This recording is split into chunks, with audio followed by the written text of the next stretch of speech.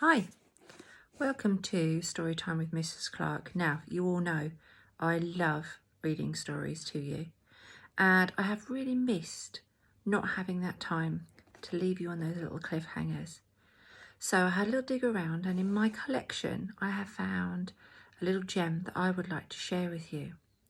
So this book is called A Pinch of Magic. The author is Michelle Harrison, and thank you to the publisher Simon and Schuster. We are able to share this book with you.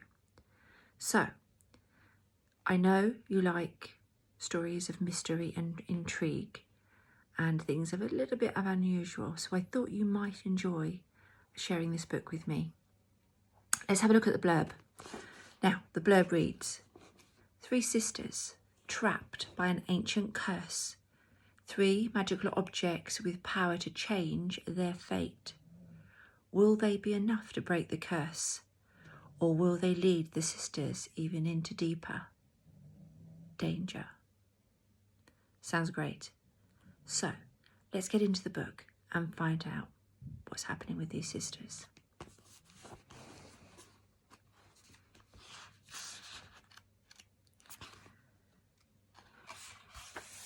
The prologue. The prisoner gazed out of her window. It was one of the 4 Crowstone towers, the tall stone cage in which she was being held. Here, if she kept her eyes up, she could pretend that the prison walls far below did not exist, and that she was looking upon the world from a castle or perhaps a mountain.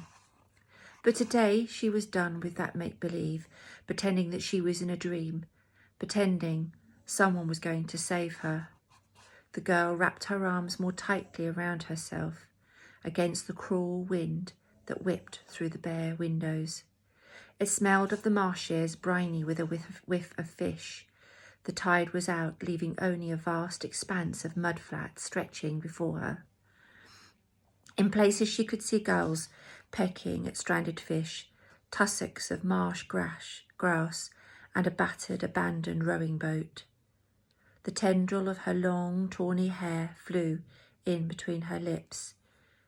She tugged it free, tasting salt, and leaned over the cold, scratched stone, still as far as she dared.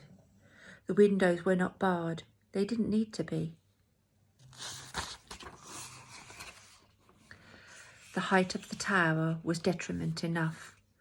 The noise of the crows circling outside was constant. At first she had thought the birds as friends, chattering to keep her company. Sometimes one would land on the sill, pecking, watching, unblinking. The caws began to sound less friendly, accusing, mocking, marsh witch, the crows seemed to croak, and their voices of the villagers came in off the marshes. She did, killing 3 of her own. She had never meant to hurt anyone. The scratches in the stone scratched the length of the windowsill, 1 for each day that she had been imprisoned. Once she had known how many there were, but she no longer counted. She walked a lap of the circular tower room, tracing her fingers over the stone. There were more scratches in the wall surface, some shaped into angry words, others deep gouges where she had thrown things, chipping away but never breaking free. A pale red moon had appeared in the sky yesterday, which had set all the wardens' tongues wagging. The moon, being visible in daylight, was a bad omen at any time, but a red moon was worse still. The red moon was a blood moon, a sign that wrongdoing was afoot. The girl explored the rough stone until she found a small gap in the mortar which she had discovered when she had long been in the tower. Assessing the walls for possible footfolds, she still had the hopes of escaping. In the crevice she had wedged a broken chunk of stone, hidden from the prison wardens. It was too small to be used as a weapon, but the warden would no doubt confiscate it if they knew about it. She worked the stone loose and held it in the palm, hardly recognising her own hand. Her once brown skin was dirty and grey, her nails now ragged. Using the stone, she scratched on the inside of the walls as if she were writing with chalk. She wrote out one single word, a name, the one who had wronged her.